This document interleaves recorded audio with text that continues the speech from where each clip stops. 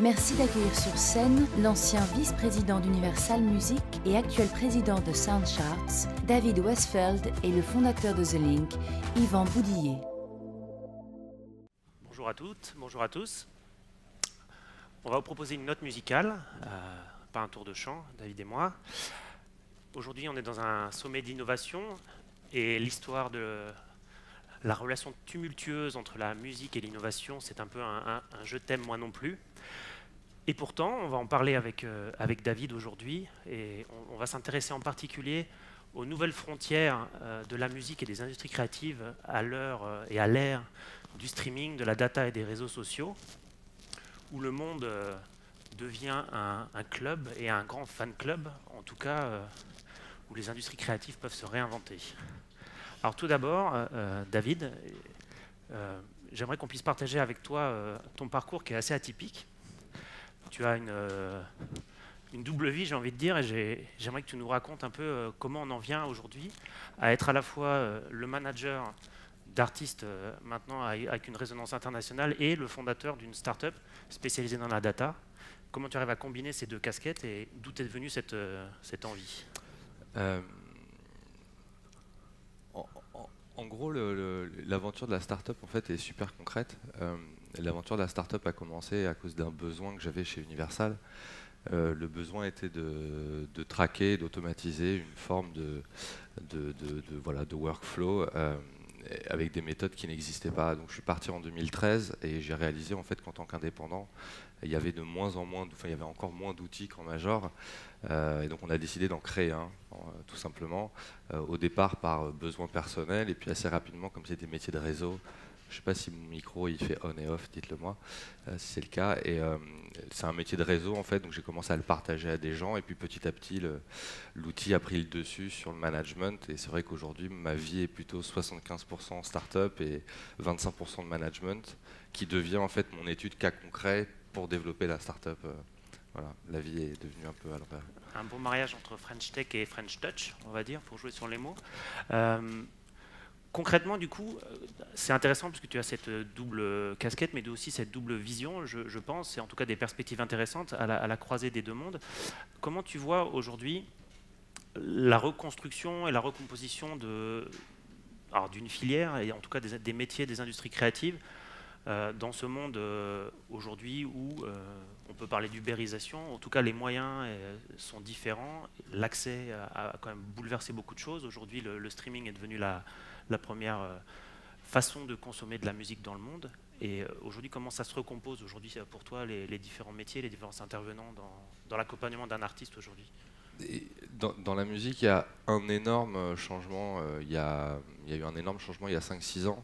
L'arrivée des plateformes de streaming ont fusionné un travail de promotion qui était totalement séparé des ventes et un travail de vente qui historiquement était totalement séparé de la promotion. Je pense que ça se ressent dans différentes industries créatrices aussi. Et par là, j'entends on va dire un article dans la presse générait de la visibilité qui ensuite générait une reconnaissance et puis un acte d'achat en magasin plus tard. Et l'acte d'achat à Leclerc, Auchan, à la Fnac était totalement séparé de l'acte de la promotion. Le passage radio aux États-Unis n'étant pas rémunéré est aussi considéré comme un passage promotionnel. En France, il générait un tout petit peu de revenus sur la partie édition. Et donc c'était le seul qui était déjà à cheval. Aujourd'hui, le streaming a vraiment tout changé, c'est-à-dire qu'un passage sur Spotify génère des revenus, mais génère aussi de l'engagement et de la visibilité. Et donc on est capable de travailler en direct, on va dire un plan de promotion en plus qui est international, puisque le streaming est international par défaut, mais qui en même temps en fait est rémunérateur pour l'artiste. Et là pour le coup, donc je reprends ma casquette management, pouvoir travailler avec cette réalité a totalement changé la façon dont les indépendants pouvaient travailler, notamment au niveau international.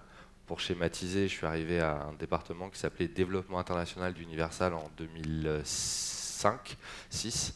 Il n'y avait pas YouTube, il n'y avait pas Spotify, il n'y avait pas Shazam, il n'y avait pas les applications mobiles.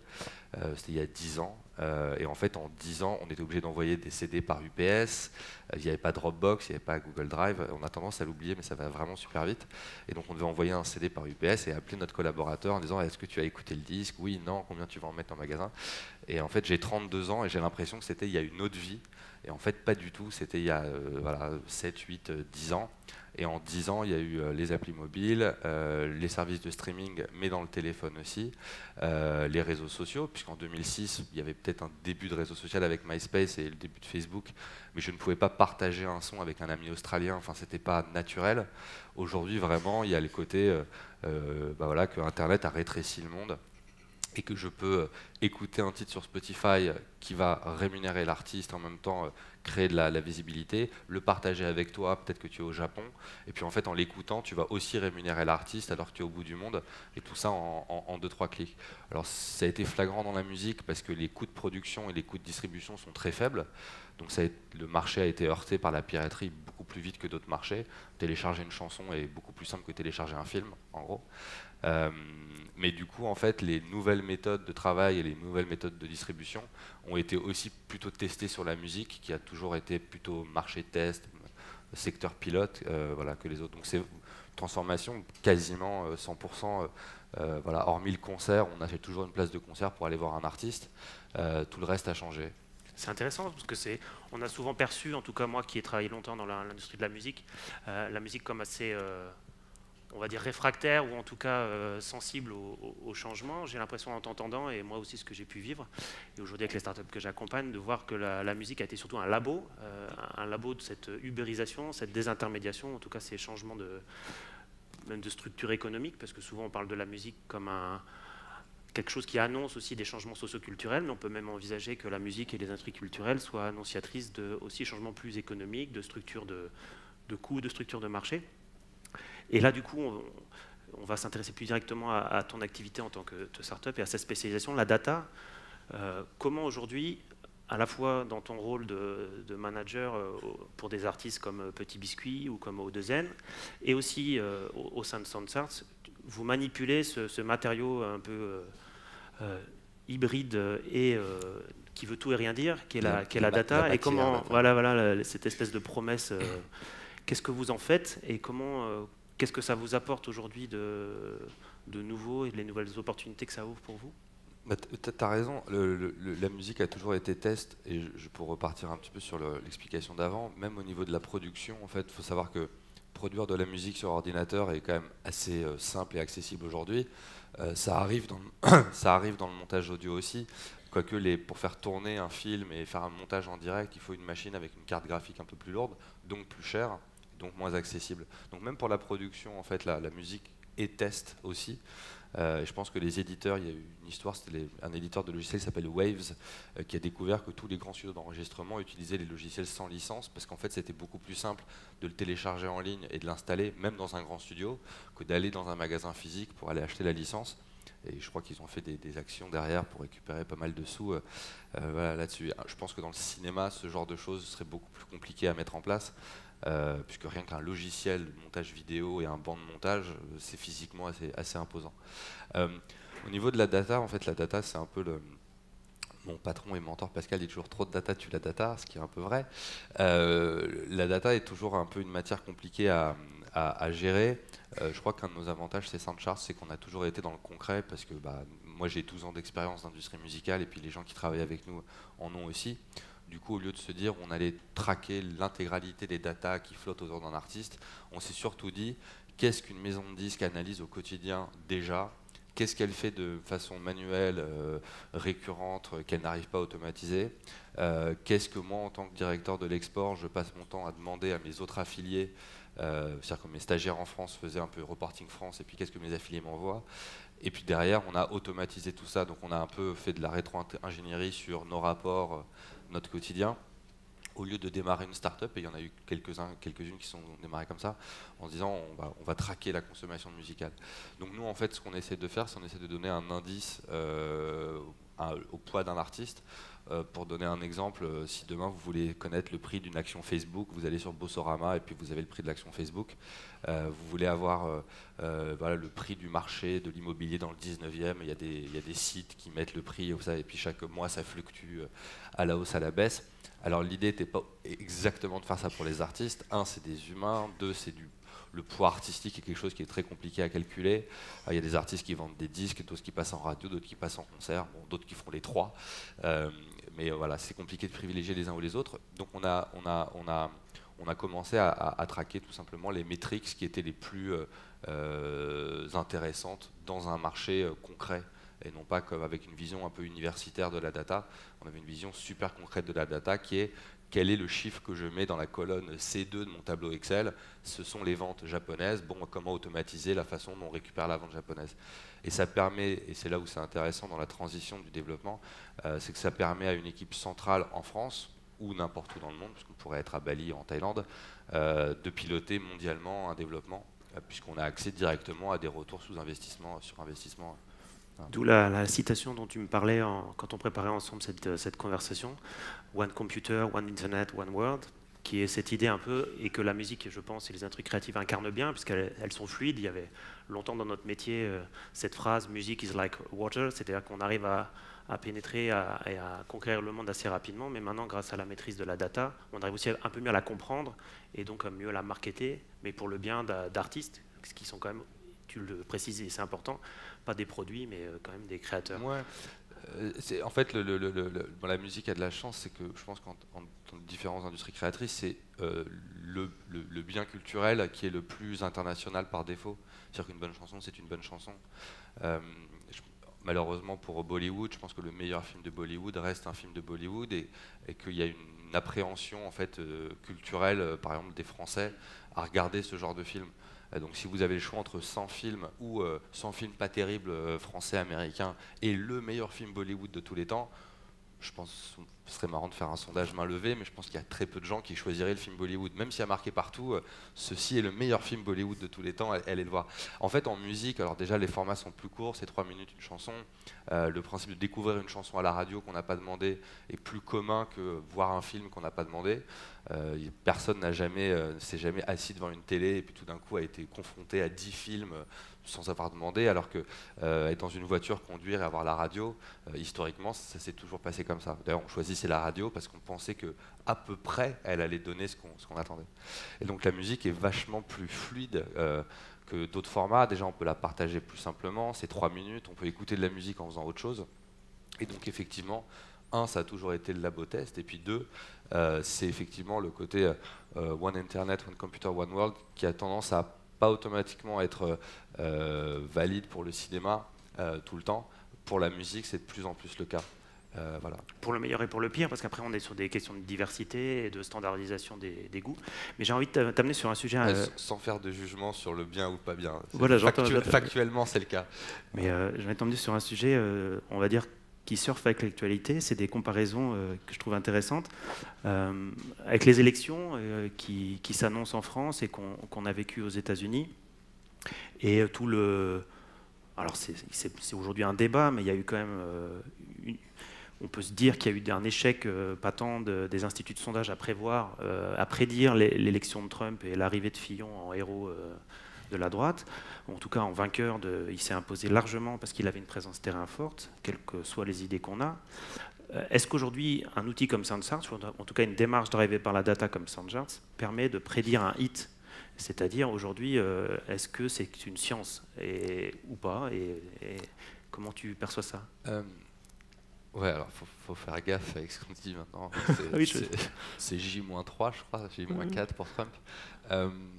Alors, en fait, Trump et Fillon ont fait un truc. C'est vrai que dans les instituts de sondage, c'est un peu compliqué. C'est vrai qu'il y a eu, on va dire, une lame de fond, un vrai travail de terrain qui a été fait. Alors, encore une fois, je ne fais aucun jugement de bien, pas bien, etc. Enfin, pour Trump, c'est quand même un peu bizarre. Pour Fillon, je me garde de voir de réserve. Mais c'est vrai que voilà, le travail de terrain est important. Nous, sur SoundCharts, en fait, on essaye de ne pas. Enfin, pour l'instant, la plateforme telle qu'elle est conçue permet aux gens d'avoir une automatisation de leur workflow et on leur montre de la data qui est réelle. On peut prendre l'exemple de Google qui avait fait une analyse sur la grippe avec les tendances de recherche, ai-je la grippe, ai-je pas la grippe, et ils avaient comme ça envoyé une carte avec les endroits où les gens vont avoir la grippe. En fait, c'est des gens qui avaient un rhume mais qui pensaient avoir la grippe et qui du coup qui disaient symptômes grippe, voilà. Donc bon, là-dessus il faut faire gaffe. Les radios par exemple testent leurs titres avant de les rentrer. les tests en fait sont des panels d'auditeurs qu'on appelle en disant aimez-vous la chanson, si oui connaissez-vous l'artiste, si oui allez-vous la partager, est-ce qu'elle vous rend heureux, pas heureux, enfin voilà, donc c'est des choses qu'il faut faire gaffe. On dit aussi qu'une chanson ou un message publicitaire met 3 à 7 fois avant d'être imprimé et digéré. Peut-être qu'une chanson très facile met 1 à 2 fois, mais il y a des magnifiques chansons qui peut-être étaient un peu différentes et qui ont mis 6, 7, 8 fois. Donc l'analyse des tendances, pour nous, c'est un cas concret pour maximiser les efforts marketing, optimiser les ventes, minimiser le travail redondant, voilà, automatiser les tâches, travailler de France un marché mondial qui en fait a tendance à se rétrécir et avoir accès assez rapidement à l'impact que les campagnes qu'on fait génèrent, l'impact que nos campagnes génèrent. En revanche, prédire le hit, on peut dire que des chansons ont quand même une grande tendance à la hausse parce qu'on le voit. Il y a des signes qui ne trompent pas, des charts Spotify, des choses qui sont moins volatiles que d'autres. En revanche, je n'ai pas encore la formule magique pour prédire le hit quand tu l'écris dans ta chambre. Ce qui est peut-être tant mieux. Ce qui est peut-être tant mieux et qui n'est clairement pas notre but non plus. Voilà. Oui, parce que rationaliser l'irrationnel ou en tout cas l'émotionnel, ça ouvre d'autres questions qu'on n'aura pas le temps de traiter ici, mais qui sont d'ordre plus artistique. On va peut-être prendre des questions, puisqu'il nous reste quelques minutes. Alors. 10 heures. Ah voilà, tout de suite des questions polémiques. C'est intéressant parce que la musique soulève toujours des questions qui sont plus d'ordre de valeur, de partage de la valeur, et moins d'usage, ce qui est dommage. Mais alors, aujourd'hui, 3 grandes maisons de disques contrôlent 77% du marché de la musique, Universal, Sony, Warner. Le numérique peut-il tuer l'hégémonie des 3 mastodontes de l'industrie musicale? C'est une bonne question. Ça revient un peu au sujet de départ qu'on a adressé d'une manière un peu différente sur le labo de l'ubérisation que représente l'industrie de la musique, en tout cas la redistribution des cartes grâce aux coûts marginaux qui baissent, aux coûts de production qui baissent. Comment tu vois aujourd'hui, sans répondre directement au fait de tuer le père ou de désintermédier des acteurs, mais quel est le rôle aujourd'hui d'un label et d'une major, et comment tu vois ça, toi qui en viens Ouais, peut-être sous cet angle-là, qui est peut-être moins, peut-être plus concret et moins polémique. Ouais, mais c'est vrai que voilà, on travaille dans une industrie qui a toujours été polémique, et je crois que la loi Adopi, Napster et le rôle en fait de la musique dans la défense de l'industrie créatrice en général fait qu'on est souvent en premier dans la polémique.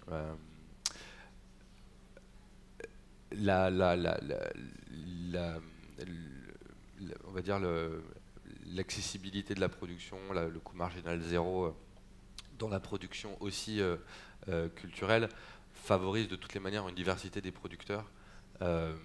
L'accès à la distribution, au-delà d'ailleurs du coût marginal de production, c'est surtout l'accès à la distribution dans la musique qui a changé. C'est-à-dire que faire de la musique, honnêtement, ça a jamais vraiment coûté très cher d'enregistrer.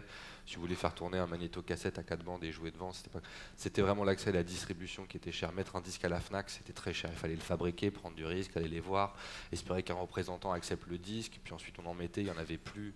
Il fallait en refabriquer, gérer des coûts de stock, etc. Enfin, c'est impossible pour un indépendant, un petit indépendant de le faire. Il fallait passer au moins par une distribution. Je ne sais pas si ça va tuer l'hégémonie des 3 mastodontes, comme la question le pose. Pour la raison, c'est qu'en fait, en musique, il y a une grande partie des revenus qui est fait sur le catalogue. C'est la même chose pour les studios de cinéma. C'est-à-dire que Jacques Brel, Gainsbourg, Brassens, Ferré, Barbara, j'en passe, en fait génèrent un gros pourcentage des revenus dans l'industrie. Et ensuite, tous ces revenus sont pris et réinvestis pour produire de nouveaux artistes, en espérant que sur les 400 artistes produits de 2013, il y ait un Stromae, et sur les 500 artistes produits de 2014-2015, il y ait Christine and the Queen une fois. Mais en fait, quand on regarde il y a 5 ans et qu'on se souvient des artistes d'il y a 5 ans, malheureusement pour eux, on se souvient de 4-5 noms sur les 500 noms qui ont été exposés en médias. Et en fait, le catalogue permet à des gens de prendre d'énormes risques de production sur les nouveaux talents. Donc loin de moi l'envie de cracher sur les majors. On voit avec les indépendants, pas mal ont fait faillite, le manque de catalogue a créé un vrai souci de trésorerie pour ces gens-là. Elle a créé aussi un gros souci de négociation. Quand Universal, Sony et Warner vont voir Spotify, vont voir Deezer, je vois la deuxième question qui amène ça, donc c'est pas très loin, vont voir Deezer pour demander des montants garantis en disant voilà, vous êtes une start-up, vous levez 70 millions d'euros, bah, vous voulez exploiter notre catalogue et votre raison d'être sera l'exploitation de nos catalogues, payez-nous un moment un montant garanti. Et en fait, cette négociation-là, et on va dire, plus le catalogue de la major est gros, plus la major a une capacité de négociation. Aujourd'hui, ce serait impossible d'avoir un nouveau Spotify sans avoir Michael Jackson ou les Beatles, maintenant que les Beatles sont un peu sur les plateformes. Voilà. Et c'est grâce à ces artistes-là que les majors arrivent à signer et à négocier des bons contrats qui en fait impactent tous les nouveaux artistes qui vont produire aussi. Je vois que le temps est fini. Voilà, non. Donc, il est temps de conclure. Je pense pas que l'hégémonie va baisser. En revanche, il est vrai qu'aujourd'hui, et ça c'est peut-être la conclusion, il est beaucoup plus facile pour un jeune artiste d'avoir le choix de signer ou de ne pas signer aujourd'hui qu'il y a 10 ans. Aujourd'hui, il peut produire et se distribuer seul, il peut utiliser Soundcharts ou d'autres outils pour voir un petit peu la performance au niveau mondial, et il peut utiliser aussi ces outils pour planifier un tour, une tournée. C'est des choses qui étaient totalement impossibles il y a 10 ans, donc en tout cas, il y a le choix. Et les métiers ont changé, ceux des majors inclus et ceux des indépendants également, autour de la data, de la relation consommateur et surtout de l'investissement dans les talents. Et finalement, la R&D de la musique, c'est l'artistique. C'est ça aujourd'hui leur capacité d'innovation, et ça reste cette capacité à accompagner des artistes et des créateurs qui, eux, inventent et innovent. Bon, bah, merci David pour cet échange.